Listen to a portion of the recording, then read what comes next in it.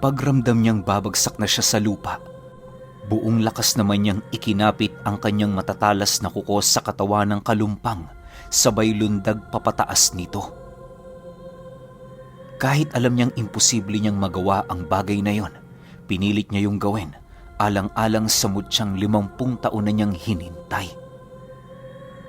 Dahil sa labis ng kanyang paggalaw, kaya madali siyang nakatakas sa aninong humawak sa kanya na siyang naging sanhi upang makuha niya ang pugot na ulo na naroon sa itaas na bahagi ng puno. Pagkuha niya rito, walang pagdadalawang isip naman niyang pinasok ang kanyang kamay sa bunganga ng ulong yon para makuha ang bertud ng hamong. Nang maramdaman ni Mercito ang pagdikit ng bertud sa kanyang palad, nasipat niya ang pagsipulasan ng mga nilalang. Sa paglapag niya sa lupa, tila ba may nabago sa kanyang katawan. Hindi niya alam pero pakiramdam niya mas maliksi na siya kesa sa dati. May kakaiba din siyang presensyang nararamdaman sa kanyang katawan, indikasyon na nabago na nga ng tuluyan ang kanyang abilidad at kakayahan. Isipin ninyo, hindi pa nagagawang malunok ni Mercito ang bertud na yon, subalit triple-tripleng lakas na ang naibibigay nito sa kanya. Makalipas ang ilang minuto, nagpasya na siyang tingnan ng bertud na hawak niya. Itinapon na din niya ang putol na ulo, gawa ng unti-unti na yung bumabalik sa orihinal na anyo nito. Sa pagsilay niya sa bertud ng hamong, tumambad sa kanyang paningin ng kulay itim na likido na halos hindi naghihiwalay. Maniwala kayo o hindi, ang bertud na yon, kahit ilublog mo sa tubig, solido pa rin ito. Likido ang kanyang anyo pero sa mga katulad niyang elemento nagiging isa siyang solido. Maihahalin tulad mo ang mutya ng hamong sa asoge na kulay itim. Ayon pa kay Mercito, na kaya lang naman mga pugot na ulo ang napagkukunan niya ng bertud sa puno ng kalumpang, gawa ng nagbabago yon ng anyo. Kapag lumalabas ang bertud nito, kusang nag-iiba ang lahat ng dahon at bunga ng kalumpang.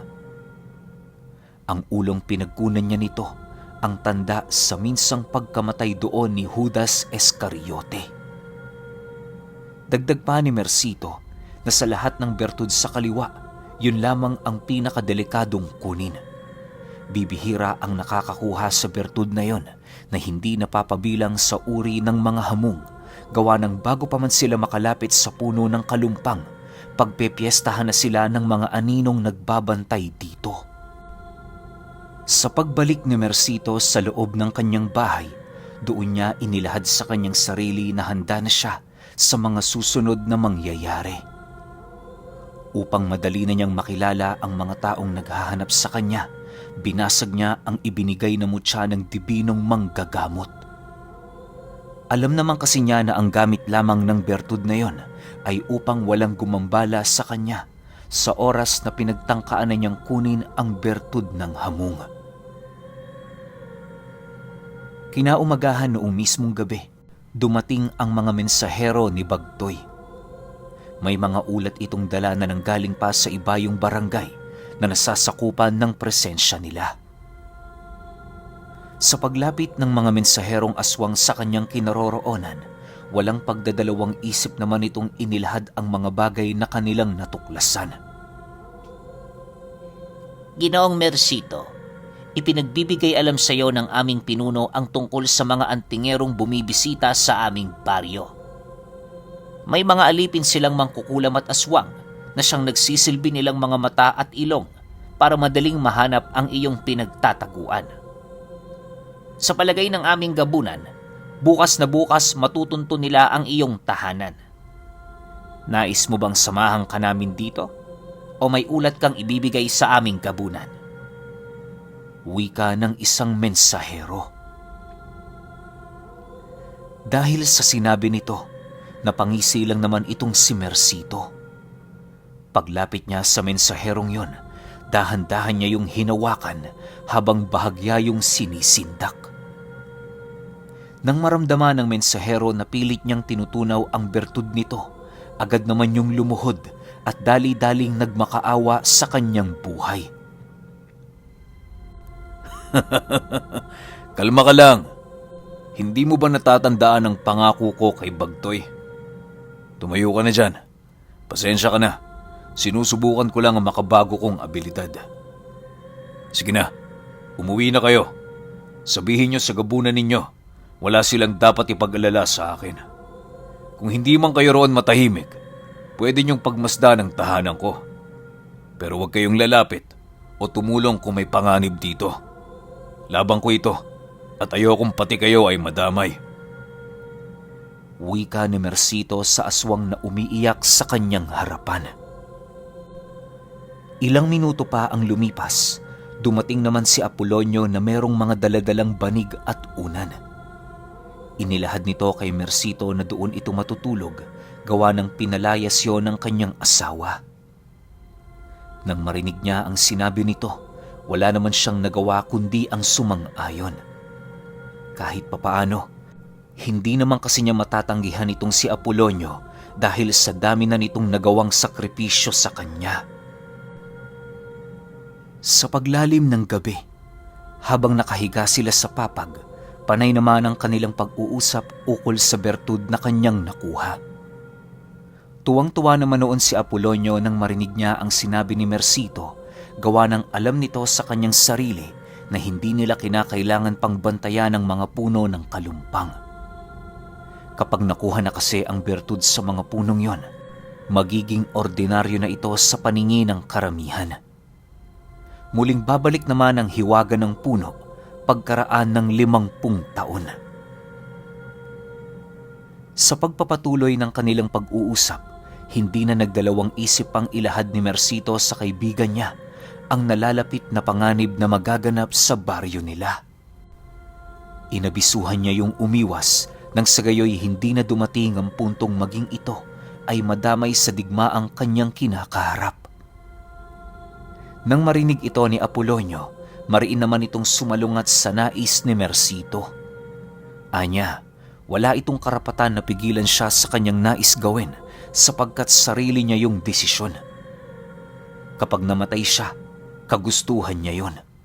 Wala din siyang pakialam kung mga demonyo pa ang makakalaban ni Mercito, basta ang gusto niya, malaya pa rin siyang makakapunta sa bahay nito.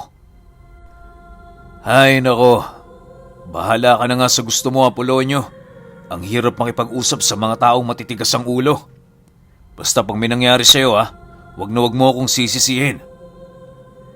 Iritabling sagot ni Mercito matapos niyang marinig ang paulit-ulit na bukang bibig ni Apolonio. Kinaumagahan, habang nagkakape silang dalawa, nakasilay sila ng 2 lalaking naglalakad sa harapan ng bahay niya. May kasama yung 3 babaeng tulala habang naglalakad na parabang may mga iniindayong karamdaman. Hindi pa man ginagamit ni Mercito ang kanyang ikatlong mata, nagawa na niyang masilayan ang totoong anyo nito dahil sa kanyang ikalawang bertud na bumubuhay sa mga natutulog niyang kakayahan.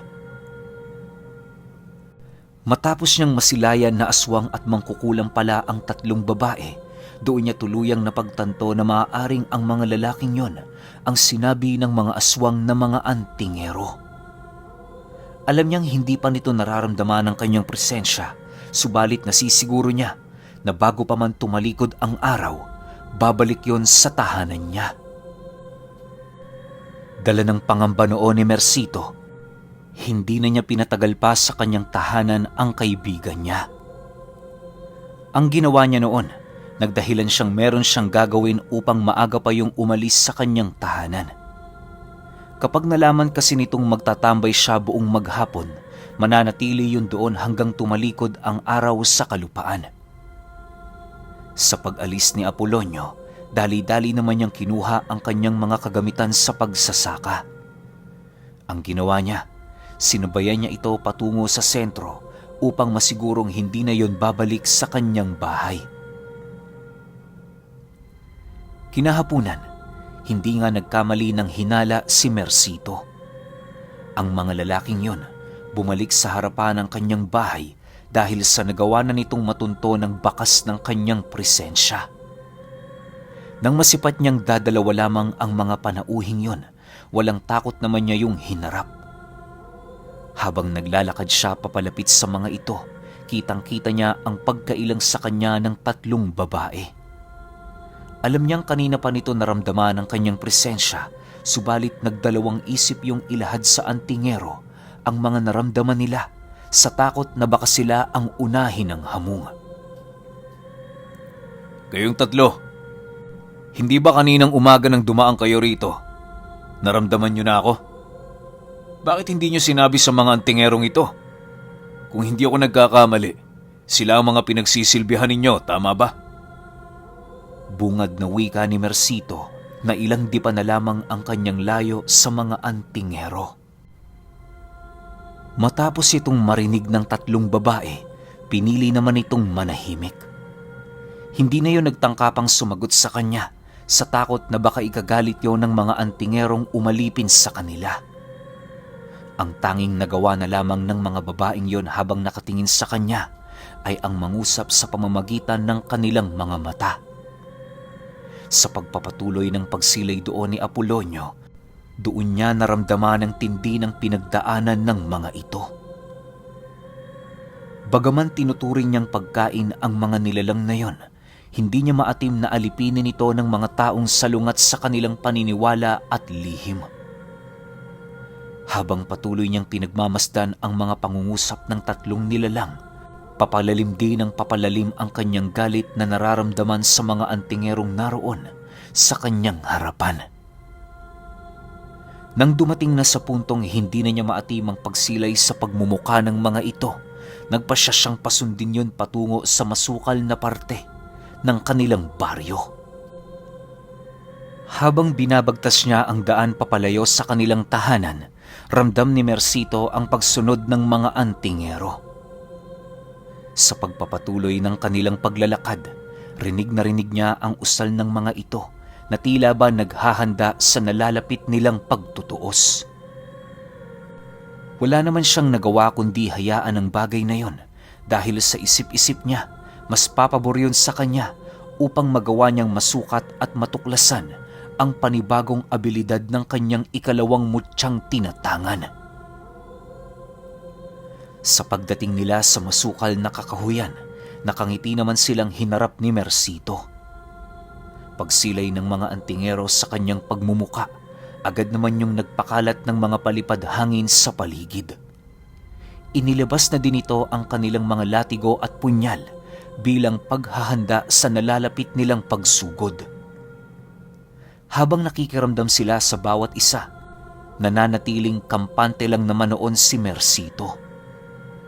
Wala siyang balak na gamitin ang kanyang anyo sa pakikipaglaban dito. Gawa ng alam niya sa kanyang sarili na hindi niya magagawang magamit ang kabuang lakas ng kanyang mutya. Makalipas lamang ang ilang minuto, nasipat naman ni Mercito ang pagsugod ng antingero. Bago yung tuluyang makalapit sa kanya, agad naman siya nitong binato ng isang malakas na tigalpo at pamako upang masigurong hindi na niya magagawa pang makagalaw sa kanyang kinatatayuan. Subalit lingid sa kaalaman ng mga antingero na ang mga abilidad nilang ipinukol sa hamong ay mananatiling walang silbi. Alam ni Mercitong makakagalaw pa rin siya kahit balot ang katawan niya ng mga tigalpo, subalit hindi niya ito ginawa. Pagtama sa kanyang katawan ng mga punyal at latigo, nananatili naman siyang nakatayo. Alam niyang bumaon sa kanyang katawan ng 2 punyal ng antingero, subalit nakapagtatakang wala siyang kakaibang nararamdaman. Pagsilay niya sa kanyang balat, laking gulat na lamang niya nang masipat niya doon ang kakaibang likidong kulay itim na kusang humarang sa punyal ng kanyang mga kalaban. Paulit-ulit pang iniunday ng mga antingerong yon ang kanilang punyal, ngunit bigo silang lapatan ng pinsala si Mercito. Dahil sa pangyayaring yon, sinubukan pa nila noong umatras, subalit hindi na yon hinayaan ng hamong. Paghawak niya sa katawan ng mga antingerong yon, Hiningahan niya ang mga bertud at agimat nito na siyang naging sanhi upang tuluyan yung mawala sa kanilang mga katawan. Paglaho ng mga bertud at mutsyang kanilang tinatangan, bigla namang nanghina ang dalawa na halos dumating na sa puntong kahit ang pagtayo ng tuwid, hindi nila nagagawa. Umalis na kayo. Sabihin ninyo sa mga kasama niyo ang inyong kabiguang naranasan sa lugar ko. Paalala, kayo na ang una at huling taong palalagpasin ko sa aking mga kamay. Hanggat maaari, hindi ako pumapatay ng tao. Pero kapag wala na akong pagpipilian, mapipilitan akong gawin ang bagay na yan. Wika ni Mercito sa dalawang nanghihinang antingero. Nang marinig naman ito ang kanyang sinabi, nanatili naman yung walang imik habang abala sa pagkukuha ng kani-kanilang mga latigo. Dahil sa kapangahasang ginawa pa ng mga ito, kung kaya't napilitan si Mercitong tadyakan ng mga taong yun papalayo. Sa pagbalik ng katahimikan sa paligid, agad naman niyang dinala sa kanyang tahanan ang 3 babae para yon ay katayin. Akala ng mga ito ligtas na sila sa mga kamay ni Mercito, subalit nagkamali sila. Nagkataon kasi noong wala nang nakaimbak na karne sa kanyang bodega, kung kaya't nagpasya siyang kainin ang 3 babaeng kasakasama ng mga antingero. Sa isip-isip noon ni Mercito, mas mainam na yon ang kanyang kainin para naman kahit papaano hindi na siya maabala pa ng husto sa pagsapit ng lalim ng gabi.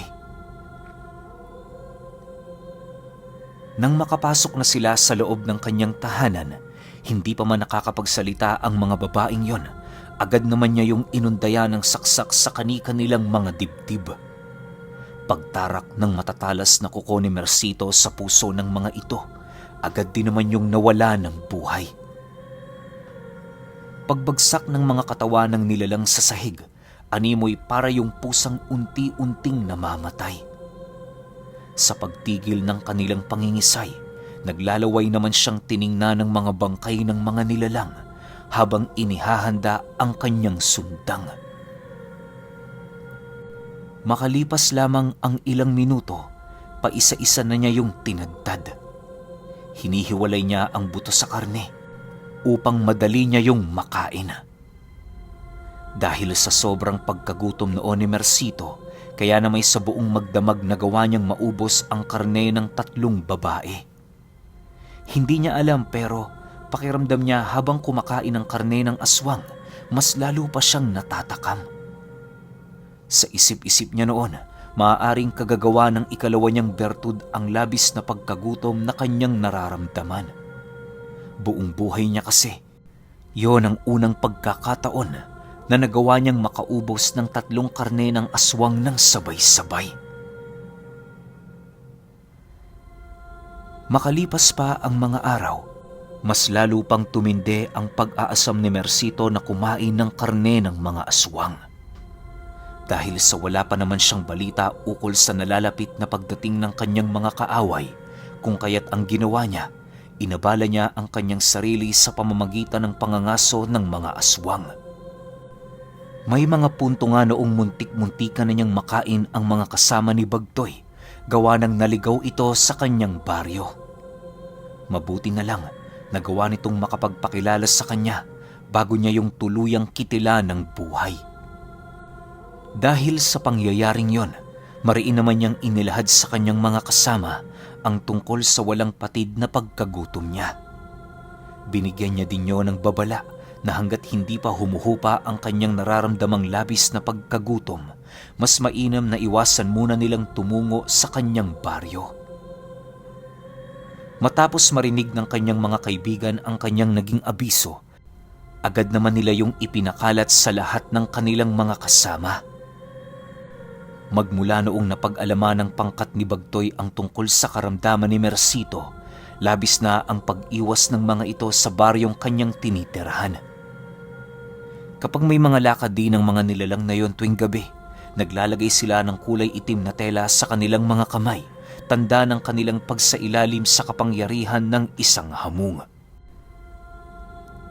Isang gabi, habang nangangaso noon si Mercito, Nakasilay siya ng 2 bahay na pinagkukumpulan ng mga wakwak. Medyo malayo yun sa kanilang lugar, kung kaya't maaaring hindi inaasahan ng mga nilalang ang kanyang pagkaligaw. Habang naglalaway ang mga wakwak sa sanggol ng buntis na naroon sa tahanang yon, siya naman ay halos lumuwa na ang mga mata dahil sa mga kalamnan ng mga wakwak na unti-unting umaakit sa kanya. Nang hindi na maatim ni Mercito ang kanyang nararamdamang pagkagutom, walang pagdadalawang isip naman niya yung sinunggaban.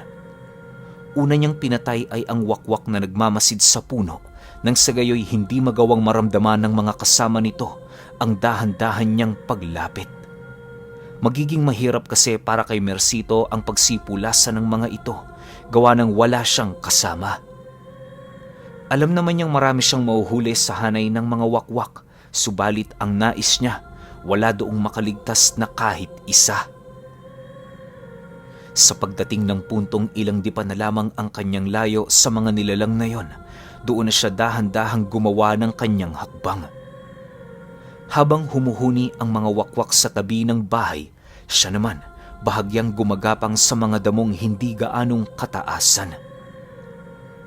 Nang marating niya ang parte ng bakurang malapit sa 3 wakwak, doon na niya inumpisahan ang kanyang pag-atake.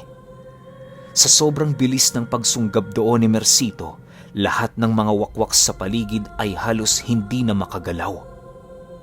Pagsilay nila sa hamong natangan-tangan ang katawan ng kanilang kasama, dali-dali naman silang nagsiliparan papalayo. Subalit bago pa man sila magkaroon ng distansya sa lugar na kinaroroonan ni Mercito, nagawa na sila nitong matigalpo. Ang tanging nakatakas na wakwak lamang noon sa kanyang kamay ay ang matandang wakwak na sobrang layo sa kanya. Pinilit niya pa yung hinabol pero hindi na niya yon naabutan. Sa pagbalik niya sa tahanang may buntis, nasipat niya ang asawa nitong nasa labas ng bahay.